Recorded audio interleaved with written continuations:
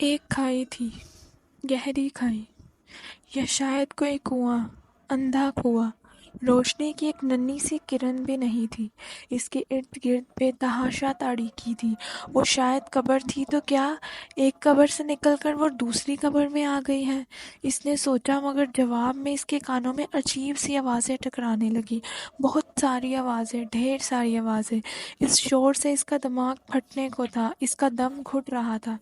میں زندہ ہوں، اس کے دل میں آواز گونجی۔ ایک جگنو اسے دکھائی دیا۔ اس نے اپنے کانوں سے ہاتھ ہٹائے، تب اسے احساس ہوا کہ وہ قبر میں نہیں تھی، بلکہ وہ ایک تنگ سی راہداری تھی جس میں بے حد تاریکی تھی۔ میں زندہ ہوں، اس نے خود سے کہا اور اس جگنو کے پیچھے بھاگنا شروع کر دیا۔ وہ کسی بھی طرح اس جگنو کو اپنی مٹھی میں لینا چاہتی تھی۔ وہ بھاگتی رہی، زخموں سے چور اس کا بدن اس مشقت کی تاب نہیں رکھتا تھا۔ اس کے پیروں سے خون رسنے لگا تھا، اور پھر بھی وہ بھاگ رہی تھی۔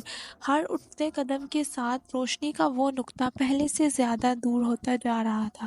پھر اچانک ہر طرف دھندلی سی روشنی پھیل گئی۔ زرد زرد شعلوں نے اسے اپنے احاطے میں لے لیا۔ وہ تھک کر گھٹنوں کے بل گر گئی۔ اس کی سانس پھول چکی تھی۔ اس کے ارد گرد درخت تھے، موٹے تنوں والے اونچے اونچے درخت۔ میرے اللہ! اس نے لبوں پر زبان پھیرتے ہوئے آسمان کی جانب دیکھنے کی کوشش کی۔ اسے کچھ دکھائی نہیں دیا۔ اوپر اس کے سر پر دھند تھی، گہری دھند۔ اچانک اس کی آنکھوں میں سفید روشنی کے نیزے چبھ گئے۔ اس نے بیزاری سے ہتھیلیاں آنکھوں پر رکھ دیں۔ اس کی آنکھیں تکلیف سے بھری تھیں۔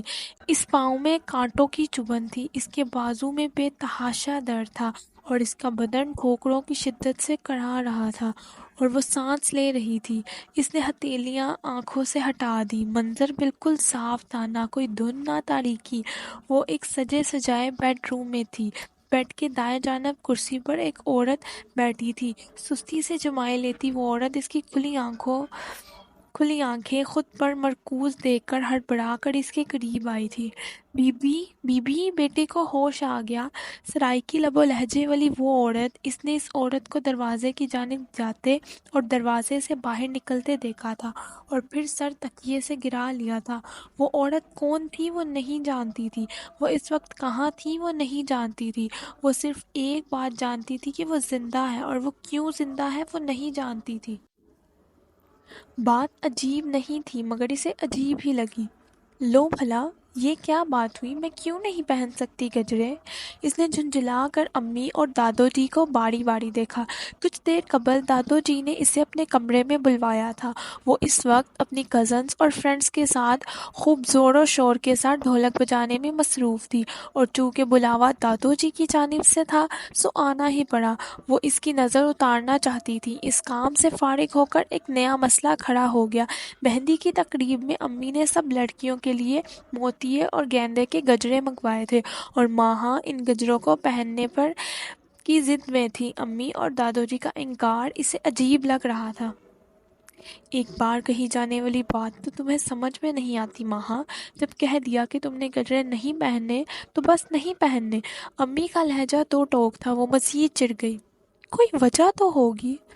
اف، میں تمہارے سوالوں سے عاجز آ گئی ہوں ماہا۔ کوئی بات تو بغیر سوال جواب ہی مان لیا کرو۔ ہمارے خاندان میں لڑکیاں گجرے نہیں پہنا کرتی۔ کیا یہ نئی بات تھی؟ اسے دھچکا سا لگا۔ انم بھابی نے بھی تو پہنے ہیں۔ اس نے عمران بھائی کی بیوی کا نام لیا۔ امی نے زچ ہو کر سر پیٹ لیا، پھر بیٹی کی طرف دیکھا۔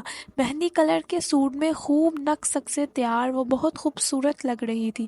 انہوں نے نظریں ہٹا لی اور تحمل سے بولی، انم لڑکی نہیں، بیاہت عورت ہے، ماشاءاللہ، 2 بچوں کی ماں ہے، اور ہمارے یہاں کنواڑی لڑکیوں کو پھول نہیں پہنائے جاتے۔ اس نے گہرا سانس بھر کر مدد طلب نظروں سے دادو جی کو دیکھا، مگر وہ بھی مدد کرنے کے موڈ میں قطعی نہیں لگ رہی تھی۔ وہ بیزار سی ہو کر اٹھ گئی، مگر ایک آخری امید کے تحت کمرے میں مٹھائی کا ٹوکرا اٹھا کر داخل ہوتے ہوئے عمران بھائی سے التجا ضرور کی تھی، عمران بھائی، آپ امی جی سے کہیں نا کہ مجھے بھی گجرے پہن لینے دیں۔ عمران بھائی نے حیرانی سے اسے دیکھا اور بولے، دیکھیں محترمہ، میرا نام محمد عمران سعید ہے۔ مجھے لڑکیوں اور خصوصاً خوبصورت لڑکیوں کا بھائی بننا نہایت ناپسند ہے، لہٰذا آپ مجھے میرے اصل نام سے ہی مخاطب کر سکتی ہیں۔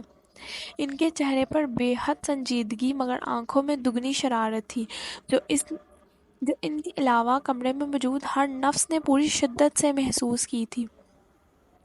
آپ کیسی باتیں کر رہے ہیں عمران بھائی؟ یہ میں ہوں، ماہا۔ کیا تم واقعی ماہا ہو؟ انہوں نے بھی یقینی سے بغور اس کی شکل دیکھی، پھر بولے، ہاں میں بھی سوچ رہا تھا کہ شکل تو کچھ جانی پہچانی سی لگ رہی ہے۔ وہ چڑھ کر کمرے سے باہر نکل گئی۔ ہر کوئی اس کی بات کو نظر انداز کرنے میں لگا ہوا تھا۔ واپس شامیانے میں آ کر ڈھولک بجاتی لڑکیوں کے پاس جانے کے بجائے اس نے اپنے بیٹھنے کے لیے ایک الگ کونا منتخب کیا تھا۔ جب میری شادی ہو جائے گی تو میں بھی خوب سارے گجرے پہنوں گی، نہ صرف کلائی میں بلکہ بالوں میں بھی اور پاؤں میں بھی۔ اس نے چڑچڑے پن سے سوچتے ہوئے کمر کرسی کی پشت سے ٹکا دی۔ مووی کیمرے کی چنگاڑتی ہوئی زرد روشنی میں وہ دور بیٹھی انم بھابھی کو زور و شور سے ڈھولک پیٹتے دیکھ رہی تھی۔ عمران بھائی اور انم بھابھی اپنے دونوں بچوں سمیت ایک ہفتہ قبل پاکستان آئے تھے اور اسے دیکھ کر انہوں نے بڑی خوشگوار سی حیرانی کا اظہار کیا تھا۔ جب 6 سال پہلے وہ سعودی عرب گئے تھے تو ماہا اپنے چھوٹے چھوٹے بالوں کے ساتھ بالکل ٹام بوائے لگا کرتی تھی، اور جب واپس آئے تھے تو اس کی ظاہری شخصیت کے ساتھ ساتھ اس کا پہناوا بھی تبدیل ہو چکا تھا۔ یہ ایک خوشگوار تبدیلی تھی اور ان کے باوجود ان کی ماہا گڑیا ہی تھی۔ زین کو دیکھ کر بھی انہوں نے حیرانی کا اظہار کیا تھا۔ جاتے ہوئے تو میں اسے اچھا بھلا چھوڑ کر گیا تھا، اب کیا ہو گیا ہے؟ وہ جب سے آئے تھے یہ بات کئی بار پوچھ چکے تھے۔ وہ اس کی زیادہ بولنے کی عادت سے سخت نالاں تھے۔ بات کوئی کرتا جواب دینے کو وہ حاضر۔ دادو جی پر تو اس نے کڑی نگاہ رکھی ہوئی تھی۔ جیسے ہی وہ پرجوش ہو کر تالیاں بجانے کے لیے ہاتھ بلند کرتی یا گانے کے لیے منہ کھولتی وہ سر پر پہنچ جاتا۔ آپ نے گانا گانا ہے نہ تالیاں بجانی ہے، بس آرام کرنا ہے۔ اس سارے عرصے میں کامران بھائی سب سے زیادہ مذاق کا نشانہ بن رہے تھے۔ کوئی ان سے مذاق کرتا، جواب دینے کے لیے زین موجود۔ اپنے ساتھ ساتھ کامران بھائی کے حصے کے جوابات بھی اس نے اپنے سر لے لیے تھے۔ وہ ننھی ننھی کنکریوں کا جواب بھی اینٹوں سے دے رہا تھا اور ساتھ ہی ساتھ دادو جی کو تقریر کرنا نہیں بھولتا تھا۔ ساری تالیاں اور گانے سنبھال کر رکھیں، انشاءاللہ میری شادی پر کام آئیں گے۔ ایسے کہتے ہوئے ایک ترچھی سی نگاہ ارم پر ضرور ڈالتا تھا، اور ایسے میں ارم بے حد بے نیاز سی دکھائی دینے لگی۔ اس کی بے نیازی سے زین نے کیا نتیجہ نکالا تھا اس سے وہ ناواقف تھی، مگر اتنے بہت سارے دنوں اور بے حد کوششوں کے بعد وہ اس نتیجے پر ضرور پہنچ گیا تھا کہ زین کا معاملہ یک طرفہ نہیں ہے۔ کوئی تو ایسی بات ضرور تھی جو ہر بار زین کے کسی بھی معنی خیز جملے پر ارم کی آنکھوں کی چمک بھر جاتی تھی۔ ماہا اس نتیجے پر پہنچ کر بے حد خوش تھی اور اسے جلد از جلد زین سے شیئر بھی کرنا چاہتی تھی، مگر گھر میں مہمانوں کی کثرت کی بنا پر موقع ہی نہیں مل رہا تھا۔ ابھی بھی وہ اسے چپکے سے کہہ گیا تھا، دادو جی سے کہو ارم کی نظر اتار لیں یا پھر میری آنکھیں۔ اس نے مسکرا کر انم بھابھی کے عقب میں محض تالیاں بجاتی اور منانت سے مسکراتی ارم آپی کو دیکھا۔ تیز روشنی میں اس کی سفید رنگت دھمک رہی تھی۔ ارم کی شخصیت میں سب سے نمایاں چیز اس کی رنگت ہی تھی۔ کھلے بالوں کے ساتھ لرزتی ہوئی آوازوں میں ارم کا پیارا سا چہرہ بڑا پیارا لگ رہا تھا۔ زین کا ارم آپی کے لیے پاگل ہونا کچھ ایسا نامناسب بھی نہیں تھا۔ اگر میں لڑکا ہوتی تو یقین مجنوں ہی ہو جاتی۔ اپنے اس خیال پر وہ بڑی بے ساختگی سے مسکرانے لگی تھی، اور مسکراتے ہوئے یکدم اسے ایک عجیب سی احساس ہوا تھا۔ اس نے چونک کر ادھر ادھر دیکھا۔ یہ احساس نہایت عجیب تھا جسے وہ کوئی نام نہیں دے سکتی تھی۔ ادھر ادھر دیکھتے ہوئے اس کی نظر محتشام بھائی پر جا رکی کہ وہ اس سے کچھ فاصلے پر پچھلی جانب بیٹھے ہوئے تھے۔ نظر ملتے ہی وہ مسکرائے تھے اور اس کی جانب آ گئے تھے۔ تم اکیلی یہاں کیا کر رہی ہو؟ انہوں نے پوچھا۔ ان کے انداز میں کچھ حیرانی سی تھی۔ کچھ بھی نہیں، اس نے اختصار سے جواب دیا تو وہ اشارہ کرتے ہوئے بولی، تو سب کے ساتھ جا کر بیٹھو، میں تھک گئی ہوں۔ اس نے اپنی چھوٹی سی ناک سکاڑ کر کہا تو وہ مسکرا دی۔ صبح سے تو بھاگتی پھر رہی ہو۔ انہوں نے ساتھ والی کرسی پر نشست سنبھالی تو وہ کچھ نہیں بولی۔ محتشام بھائی خود ہی ادھر ادھر کی باتیں کرنے لگے، مگر اس کا دھیان ان کی باتوں میں نہیں تھا۔ وہ ایک عجیب سا احساس تھا اور وہ اب تک برقرار تھا اور اسے بے چین کر رہا تھا۔ آپ بہت شاندار لگ رہے ہیں محتشام بھائی۔ اس نے ان کی طرف توجہ دی اور جو پہلی بات ذہن میں آئی کہہ ڈالی۔ محتشام بھائی نے اس تعریف کو ایک مسکراہٹ کے ساتھ قبول کیا اور بولے، شکریہ، اور تم بھی بہت اچھی لگ رہی ہو۔ میں تو ہمیشہ ہی اچھی لگتی ہوں۔ وہ کسی بچے کی طرح فٹافٹ تعریف وصول رہی تھی۔ محتشام بھائی نے اس کی بات سے انکار نہیں کیا تھا، بلکہ انہوں نے اس کی تاکید ہی کی تھی۔ بات تو ٹھیک ہے، مجھے تو تم ہمیشہ ہی اچھی لگتی ہو۔ عمران بھائی بھی یہی کہتے ہیں، وہ ایک دم خوش ہو کر بولی تھی، اور اپنے اس جوش میں اس نے محتشام بھائی کے چہرے پر امڑتی بے ساختہ مسکراہٹ اور پھر اس مسکراہٹ کو چھپانے کے لیے بند مٹھی لبوں پر جماتے دیکھا تھا۔ ایک بات کہوں ماہا؟